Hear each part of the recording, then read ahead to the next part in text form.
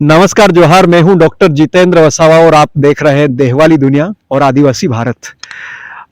हम आज देवगोवी मतलब कि दाब में आज हमारी टीम के साथ हम यहाँ आए हैं और आप सबको हम दाब के इतिहास से रूबरू करवाने की कोशिश करेंगे। ये जो दाब प्रदेश है ये आदिवासियों का सांस्कृतिक मूल मथक माना जाता है और इस दाब में 7 प्रदेशों को संचालित करने वाली एक व्यवस्था इसी दाब में बैठती थी। और 7 प्रदेश माना कि निमाड़ पाटी, देहे पाटी, मावचार पाटी, नोयरा माटी, आंबूर पाटी, इस तरह के 7 प्रदेशों से ये बना हुआ एक पूरा एक दाब प्रदेश था और उसी का नाम था दाब मंडल। तो ये दाब मंडल मिल करके पूरे क्षेत्र को संचालित करता था। यहाँ के विधि विधान, रीत रस्म, देवी देवता, पूजा पद्धत, मान्यताएं, ये सारी चीजें दाब से ही अलग अलग क्षेत्र तक पहुंची थी और इस तरह से लोगों का जो सांस्कृतिक ऐक्य था ये यहीं से जुड़ा हुआ था। तो इसी क्षेत्र में हम आज आपको रूबरू करवाने के लिए आए हैं। ये देख सकते हैं आप सामने, ये देवगोवी के नीचे वाला जो पहाड़ी इलाका है, मतलब सामने आप अक्कल कुआ और तापी नदी देख सकते हैं। ये मतलब अगर अच्छा मौसम रहता है तो आप तापी नदी को भी यहाँ से देख सकते हैं। ये पहाड़ी आप देख सकते हैं। आज भी अभी हम 5 बजे यहाँ है और हमें ये दाब नाम, उसको आदिवासियों में हेलो दाब भी कहा जाता है। हेलो मतलब कि ठंडा, मतलब आज हम 5 बजे यहाँ खड़े हैं और हमें ठंड लग रही है। हमारे साथ अनिल जी है, उन्होंने तो स्वेटर भी पहन लिया है। तो आप देखिए ये पूरा एरिया दाब इसलिए हेला दाब कहा जाता था कि ये पूरा ठंडा मतलब ठंडा प्रदेश था, तो इसीलिए भी उसको हेला दाब कहा जाता है। और जहाँ 7 प्रदेशों की 7 पार्टियों की जो होली, 7 होलियां जहाँ पूजा विधि के साथ रखी जाती थी, तो वो जगह हम आपको बताएंगे। और ये 7 होलियां इसलिए भी बताई जाती थी, यहाँ रखी जाती थी और पूजी जाती थी कि ये 7 प्रदेश के जितने भी मुखी पंच रहते थे, ये सारे मुखी और ये सारे पंच होली के 1 महीने के पहले यहाँ दाब में आ जाते थे और 7 प्रदेश के जितने भी मुखी इकट्ठे होते थे, वो मुखी यहाँ आके अपने अपने प्रदेश के नाम की एक होली यहाँ बांधते थे। मतलब कि ये जो यूनिटी है, सांस्कृतिक एकता जिसे हम कहते हैं कि आदिवासियों की एकता, तो ये आदिवासियों की एकता का प्राचीन एक ऐतिहासिक ये एक बिंदु जो हमें आज तक किसी ने बताया नहीं था, पर ये अध्ययन के तहत निकल करके आया है।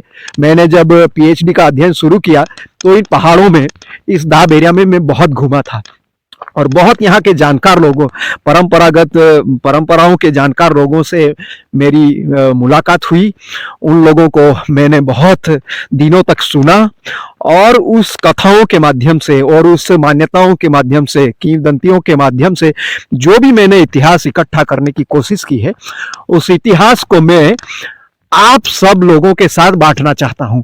तो ये जो सांस्कृतिक एकता थी हमारी, 7 प्रदेशों के मुखियों द्वारा अपने अपने प्रदेश की होली यहाँ बांधने की एक परंपरा थी, उसी जगह पे हम आज गए हैं। देखिए मैं वहां से आपको बातचीत करते करते यहाँ तक ले आया हूँ। पर ये जो पेड़ है, इस पेड़ के यहाँ 7 प्रदेश के मुखी इकट्ठे होते थे पुराने जमाने में, प्राचीन समय में। और यहाँ पूजा विधि करने के बाद 7 होलियां यहाँ, मतलब कि बांबू से बनाई गई 7 होलियां इस तरह से हर साल यहाँ खड़ी की जाती हैं और बांबू के चिप्स निकाल करके उसी को मतलब श्रृंगार करके यहाँ होलियां रखी जाती है। और आज भी आप देखिए ये जो हमारी जो परंपराएं हैं, हमारा जो इतिहास है, इसी टेराकोटाओं में बचा हुआ है। ये जो मिट्टी का जो सिंबल हम रखते हैं, प्रतीक, तो यही हमारा इतिहास है जो हमें बताता है कि हमारे पुरखे इस जगह से किसी न किसी परंपरा से जुड़े हुए थे। तो आप देख सकते हैं ये जो परंपरा है पूरे पश्चिम भारत के जितने भी मैंने 7 प्रदेश बताए हैं, निमाड़ और जिसको 7 पार्टी के रूप में बताते थे, मावचार पार्टी, देहे पार्टी, निमाड़ पार्टी, तो ये 7 पार्टियां थी। उस 7 प्रदेश में आज भी यही सिंबल आपको सारे गांवों में कहीं ना कहीं पर ये सिंबल आपको दिखने को मिल जाएंगे। तो ये 7 प्रदेश के यहाँ के दाब मंडल के जितने भी प्रदेश जुड़े हुए थे, उनकी ये यहाँ परंपरागत होली की पूजा होती थी। और हर साल मुखी, 7 प्रदेश के मुखी यहाँ इकट्ठे होते थे और इसकी पूजा विधि करते थे। यहाँ से फिर हर एक मुखी अपने अपने क्षेत्र में, मतलब पंच जो आए थे, ये हर एक पंच अपने अपने प्रदेश में यहाँ से जाने के बाद अपने प्रदेश में वहां फिर होली की व्यवस्था, मतलब होली का त्योहार शुरू करते थे। तो ये एक प्राचीन इतिहास, ये साक्ष्य हमारे आज भी यहाँ मौजूद है दाब प्रदेश में। तो आप लोगों ने ये जो एक हमारा प्राचीन इतिहास है, उसकी एक छोटी सी कड़ी हमने आपके सामने रखी है। तो यहाँ आप अगर ये वीडियो देख रहे हैं तो अगले वर्ष अगर आप सही में ये 7 होलियां देखना चाहते हैं 7 प्रदेश के, आज तो वो परंपरा खत्म हो गई, ये दाब मंडल भी खत्म हो गया, तो 7 प्रदेश के मुखियों को भी ये पता नहीं, तो आज तो यहाँ कोई आता नहीं है, कोई भी प्रदेश से कोई पंच यहाँ आता नहीं है। फिर भी यहाँ के जो मुखिया है, गांव के मुखिया और ये विस्तार के मुखिया जो परंपरागत रूप से पूरा ये संचालन करते हैं, ऐसे दाब के जो मुखी है, जिसको डावर कहते हैं, तो ये मुखी आज भी 7 प्रदेश की होलियां, भले वो नहीं आते फिर भी 7 प्रदेश की होलियां यहाँ बांधी जाती है। मैं एक होली का साक्षी रहा हूं। तो ये ऐसी एक ऐतिहासिक जगह पे हम आज आप लोगों को लेकर आए हैं और आपको एक बहुत लंबा आदिवासी इतिहास से आपको हमने जोड़ा है। और आप देख सकते हैं आने वाले साल में, अगर आप देखना चाहेंगे कि अब अपने प्रदेश की 7 होलियां अगर यहाँ देखना चाहते हैं, तो आप अगले साल यहाँ जरूर आ सकते हैं।